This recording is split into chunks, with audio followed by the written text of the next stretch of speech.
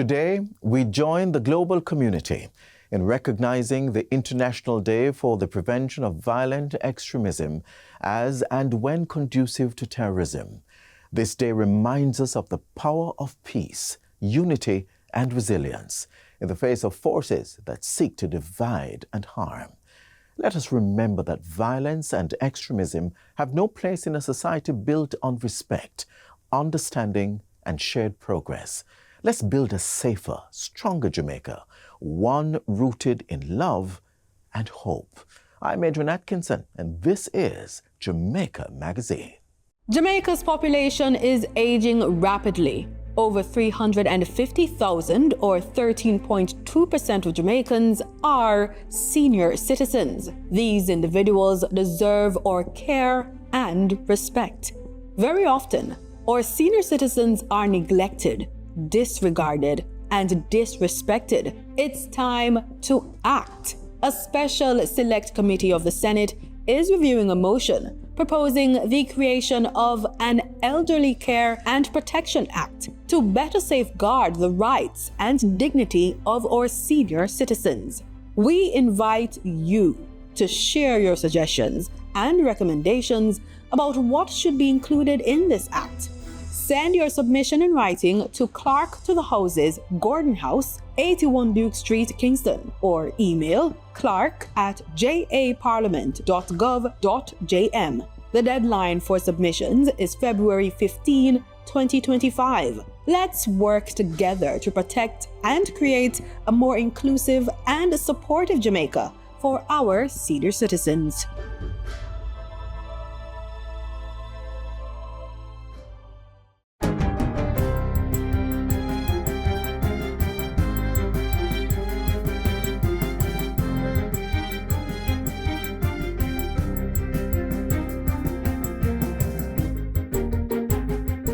Good day, I'm Lisa Rowe and this is your JIS News for Wednesday, February 12, 2025. The House of Representatives has passed amendments to the Counties and Parishes Act, declaring Portmore as Jamaica's 15th parish. The long-anticipated move came during Tuesday's sitting of the lower house as Minister of Local Government and Community Development Desmond McKenzie led the debate on the legislation. The bill passed the committee stage with 28 votes in favor, 10 against, and 24 absent, paving the way for the country to establish a new parish for the first time in post-colonial Jamaica. Minister McKenzie says the designation is expected to empower the citizens of Portmore to independently chart their course of development. This is a day of tremendous historical significance.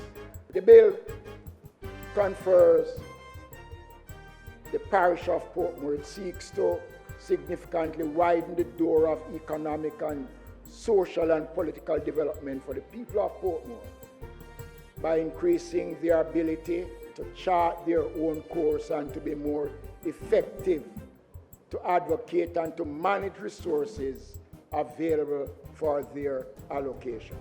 The local government minister outlined the areas to fall under the new parish, including Elsha Hills, Goat Island, the city of Portmore, which will be the parish capital. This clause also specifically excludes Lakes Pen, Grange Lane, Lime Tree, Grove, Quarry Hill, from the parish of Portmore. The area for the city of Portmore is to include the lands east of North Arscott, comprising the Portmore Municipal Corporation and the police station. It also encompasses lands south of Brayton Parkway, comprising the Inland Revenue Department, and commercial entities and portions of Nago Head and lands north of Brayton Road. Minister of Labour and Social Security, Colonel Charles Jr., says the signing of a collective labor agreement for Jamaica's building and construction industry will help to ensure clarity, certainty, and confidence in the sector. The 2025-2027 Joint Industrial Council Labor Management Agreement for the building and construction industry was signed on Tuesday at the Incorporated Master Builders Association of Jamaica, IMAJ, in Kingston. The IMAJ, Bustamante Industrial Trade Union, National Workers Union, and the Trade Union Congress are parties to the agreement, which guarantees construction workers a 19% increase in their wages over a 2-year period. Minister Pernell Charles Jr., who was a witness to the signing, welcomed the agreement's provisions for protecting workers, which includes clarity in terms of fair and stable wages. The agreement also establishes a formula for the prompt and fair disposition of grievances and to ensure that works proceed smoothly without interruption and at the highest attainable efficiency. IMAJ President Richard Mullings stresses that the wage rates recommended in the agreement should be the minimum standard for both the private and public sectors. The Ministry of Labour and Social Security is assuring persons with disabilities that the government will be doing even more to improve accessibility and other issues of concerns to the community. Minister Charles Jr. gave the commitment in Parliament on Tuesday as he made a statement commemorating the upcoming 3rd anniversary of the Disabilities Act, which came into full force on February 14, 2022. This landmark legislation, which provides a comprehensive framework for the protection of the rights of persons with disabilities, is up for review this year. And so we are advancing the necessary steps to make sure that we have all the tools necessary to improve access, improve inclusivity, but also to fulfill the obligation of reviewing this critical legislation. Among other things, the Act created the Disabilities Rights Tribunal, the formal mechanism for addressing complaints of discrimination. The establishment of this tribunal is a massive win for Jamaica. It distinguishes us regionally and it really carries us to the international standards. Since the legislation came into force, 55 complaints of discrimination have been received, of which 29 have been investigated and resolved, while 8 have been closed. Another 8 were referred to the Disabilities Rights Tribunal and 1 to the Disputes Resolution Foundation. 9 are under assessment to determine the next steps. The Office of Disaster Preparedness and Emergency Management, ODPEM, is assuring Jamaicans that the country's tsunami response mechanism remains robust, even as steps are being taken to further strengthen preparedness. Acting Director General of ODPEM, Richard Thompson, tells JIS News that additional warning sirens are being built out across 15 communities in 2 parishes, St. Mary and St. Catherine. These will link into the tsunami warning apparatus. In addition, Old Harbour Bay has been certified as tsunami ready under the UNESCO Intergovernmental Oceanic Commission (IOC) process. But beyond that, we have a national tsunami response protocol. Right? So there's a national tsunami response plan and standard operating procedures for Jamaica, and it clearly outlines the parties at play, and it states our emergency operation procedures for tsunamis. The update comes in the wake of a 7.6 magnitude earthquake in the Caribbean Sea on the weekend, which led to concerns that it could trigger a tsunami. ODPEM's Acting Director General says the agency immediately activated Jamaica's 4-phase tsunami response, but he explains that it does not call for notifying the public until Level 3, when data from the Pacific Tsunami Warning Center confirms that a tsunami was, in fact, generated and has the potential to reach our shores. So the notification on Saturday, those tsunami messages that we were getting, there was no information that a tsunami has generated, that the earthquake has happened. And there's a possibility that it can generate a tsunami, right? So there's a big difference. And finally, Parliament has prorogued, making way for the ceremonial opening of the new legislature on Thursday. Custis of Kingston, Stedman Fuller, will deputize for Governor General Sir Patrick Allen in delivering the throne speech tomorrow morning, outlining the government's policies and programs for the 2025-2026 fiscal year. Later in the day, Minister of Finance and the Public Service, Favour Williams, will table the estimates of expenditure, the budget for the fiscal year that starts on April 1. The estimates will then be reviewed by the Standing Finance Committee of Parliament, during which the various ministers will explain and give details on some elements of their allocations. After this process, a report will be sent to the House of Representatives and the Finance Minister will subsequently open the budget debate on March 11. Presentations will also be made by the Prime Minister and the Leader of the Opposition. At the end of the budget debate, the House of Representatives will pass an appropriation bill, giving the government the authority to operate the budget. This will be the final budget debate before the dissolution of the current Parliament to pave the way for the general election, which is constitutionally due by September 2025. And that's it for JIS News Today. I am Lisa Rowe. Thanks for watching.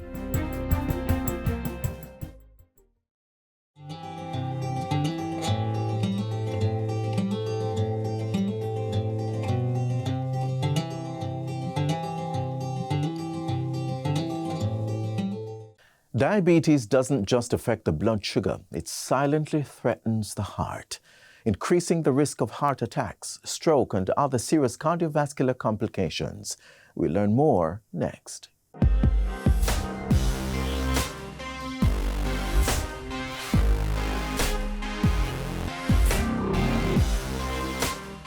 Diabetes is a common illness. Most of us may be aware of its various complications, such as diabetic retinopathy and neuropathy, diabetic kidney disease, and so on. But when it comes to deaths caused from diabetes, cardiovascular complications account for the majority. Diabetes is recognized as one of 4 major factors for developing cardiovascular disease, the others being hypertension, obesity, and cigarette smoking. About 68% of persons over the age of 65, and this is data now from the American Heart Association, 65% of persons over the age of 65 who have diabetes will die from heart disease, and about another 16% will die of stroke. Before we take a look at how to manage or even prevent cardiovascular complications of diabetes, let us look at how persons come to develop the disease. In a nutshell, what generally happens is that diabetic persons have a more rapid rate at which fat and cholesterol is deposited in the arterial system. So we all have that. It's considered part of the process of aging. Fat and cholesterol is being laid down in our arteries. However, diabetic persons tend to have that happen at a more rapid rate. Okay? And as a result of that, what tends to happen is that diabetic persons will progress to a point where they have compromised vessels. So in other words, the lumen, the diameter of the vessel, is narrowed, the flow of blood is limited.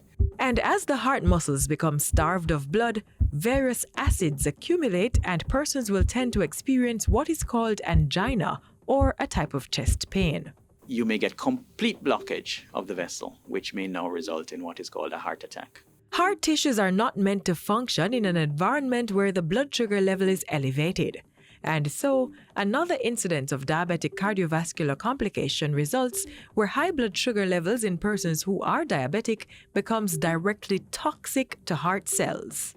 This impairs the ability of blood vessels to open normally under conditions of stress, such as exercise, and also causes inflammation and impaired clotting of the blood. So if they're chronically exposed to those levels of elevated blood sugars, then there are biochemical consequences. There's weakness of the heart muscle, and patients, many of them go on to developing heart failure and so on.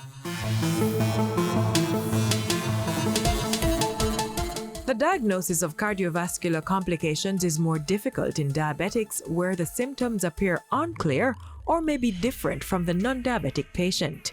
Take, for example, a non-diabetic person with, say, coronary heart disease.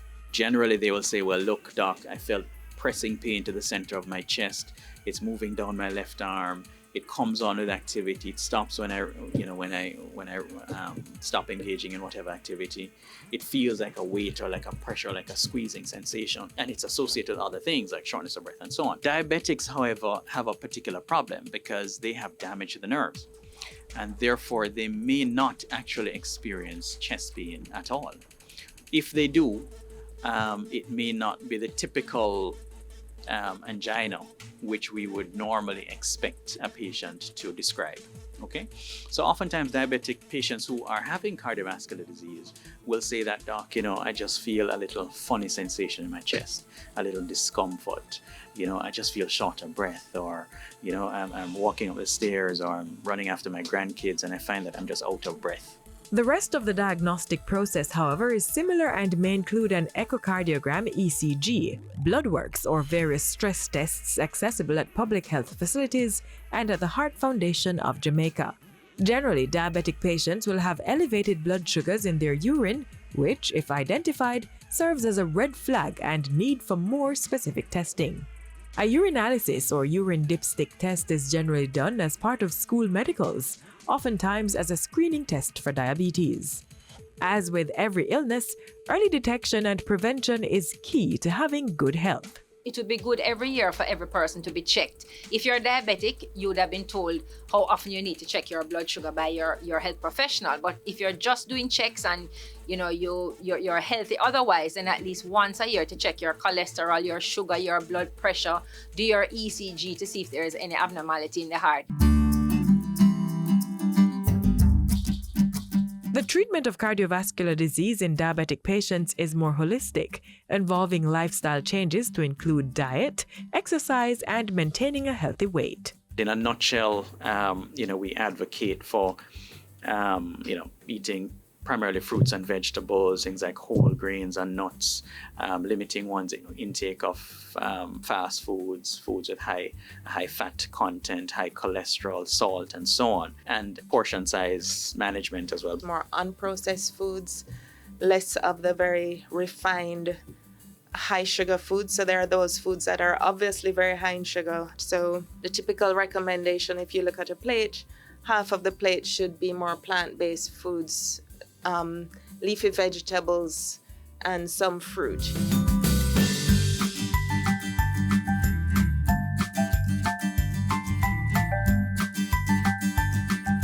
In general, 150 minutes minimum per week of moderate exercise such as swimming, brisk walking, jogging, or cycling is recommended. Besides the lifestyle changes, clinical treatment through prescription drugs and surgical procedures is an important element in caring for persons with cardiovascular complications of diabetes. We have medications to address symptoms. We have medications to prolong life. And that forms an important part of the approach. There are a variety of procedures which diabetic patients and other non-diabetic patients may qualify for, or it may be necessary to pursue. So we speak of things like stenting, for example, coronary artery bypass grafting, which is, of course, open heart surgery, major surgery. Diabetic patients we have a lower threshold for referring diabetics for that kind of procedure just because of the severity of their disease. Medications developed primarily for use by diabetic patients have been shown to have significant cardiovascular benefits as they reduce the risk of death and complications related to cardiovascular disease in diabetic patients. But with most of them still under patent, access is quite costly. Your best treatment option is to adopt healthy lifestyle practices that make you less prone to developing diabetes or cardiovascular disease.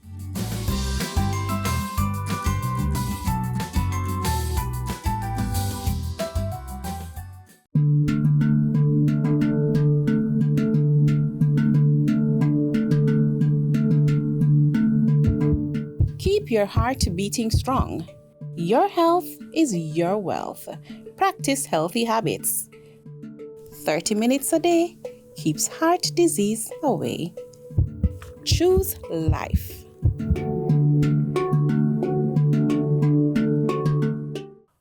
Up next, we hear from a proud Taino family in Jamaica who chose to homeschool their daughter, believing that preserving their language, traditions, and ancestral wisdom was essential for keeping their culture alive for generations to come.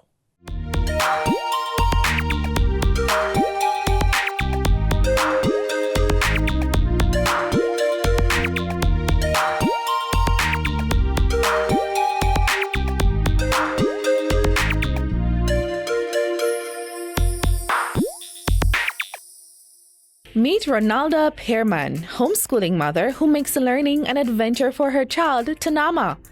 With creativity and enthusiasm, she turns everyday lessons into explorations, showing her dedication to making education both fun and personalized. Together with her husband, Robert Pearman, they ensure that their 6-year-old, Tsunami, is given the necessary tools for her homeschool journey. My Taino ancestry and cultural practices is what really was the driving force behind homeschooling, because as you know now, there is the extinction narrative that all the Tainos died out. However, we aren't, obviously, and so it was very important to me that my child learned her ancestry and also lived the life of it.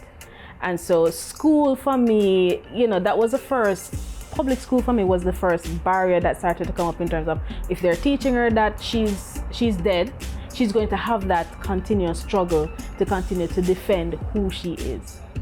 And so it was very instrumental in continuing the legacy in the capacity of homeschooling. It is extremely important that I have a schedule or a routine that is flexible, that will allow for life. And so the morning routine will begin from, say, 7:30. We greet the sun as a part of our cultural practice. We give gratitude. And then from there, we'll move into family discussions, our own little devotions.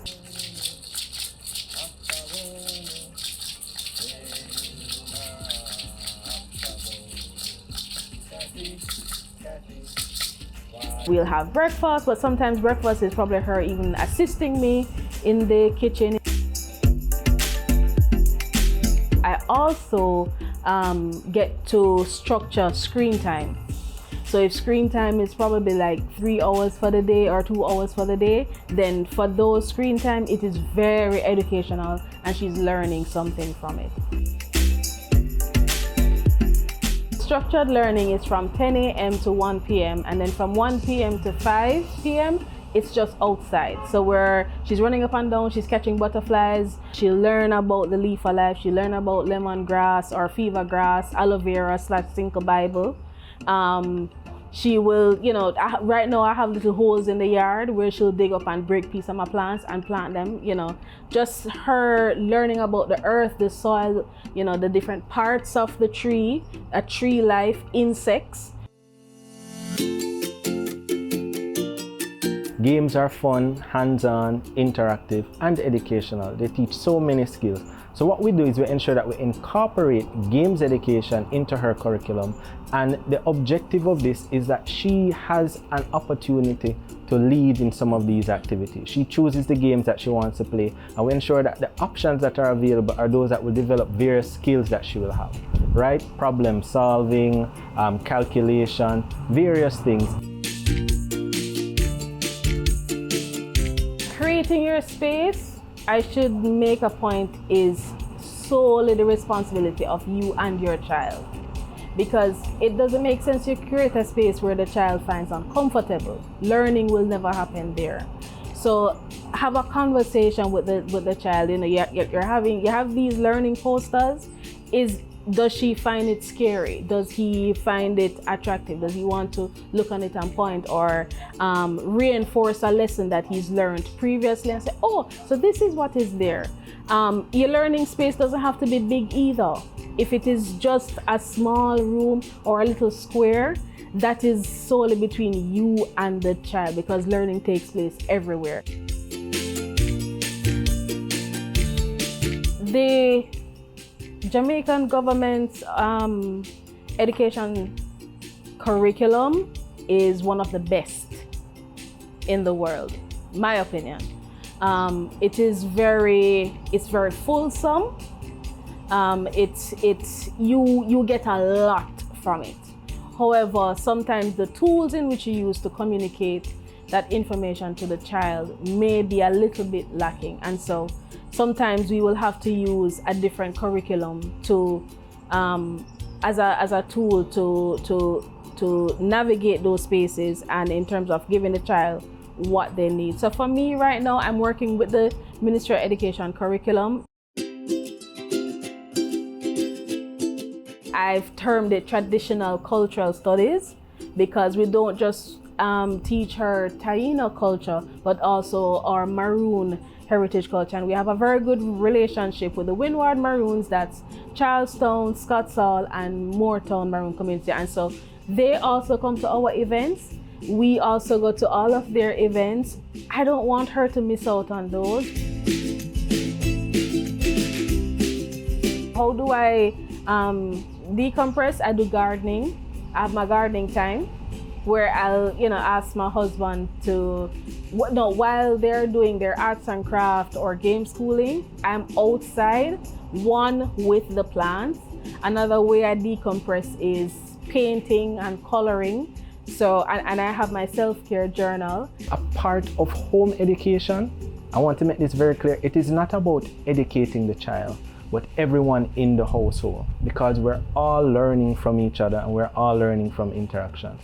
So it is critical to view home education not as something isolated and separate from a public system, but it is an integral part that should be added to any type of curriculum or education plan for children of all ages. Anybody who's going to take on homeschooling must have self-care as a part of their routine, because it can become intense. If you know as a homeschooling parent that you're reaching to that point and you have nobody to get a break with, pause. A pause is better than reaction.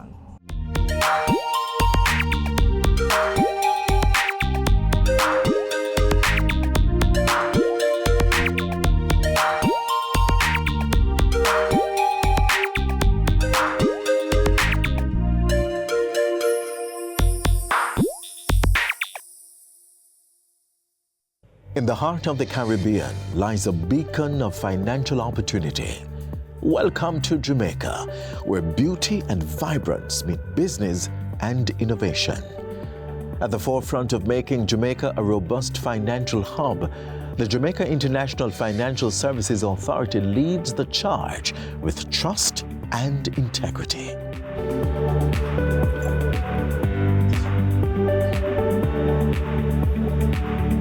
Here at GIFSA, our mandate is centered around stimulating economic growth and investment in the Jamaican economy through legislation.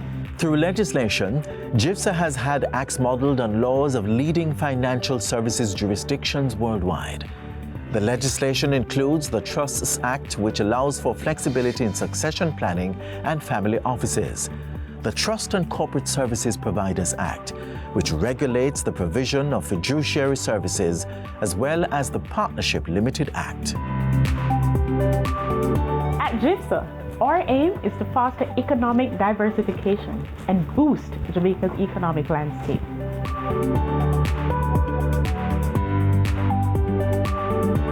GIFSA takes pride in cultivating a business environment that supports growth and sustainability through innovation. GIFSA is a partner that will guarantee new opportunities.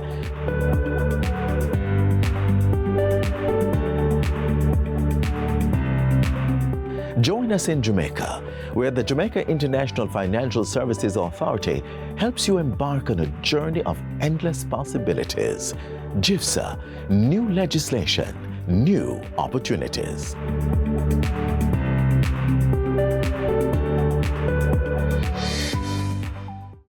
We're at the end of today's show, but be sure to join us again tomorrow for another lineup geared towards providing you with information on the government's policies and initiatives for building a better Jamaica.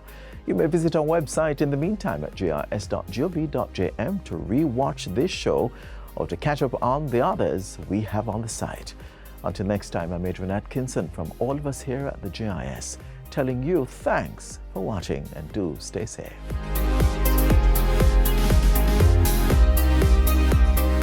This has been a production of the Jamaica Information Service, the voice of Jamaica.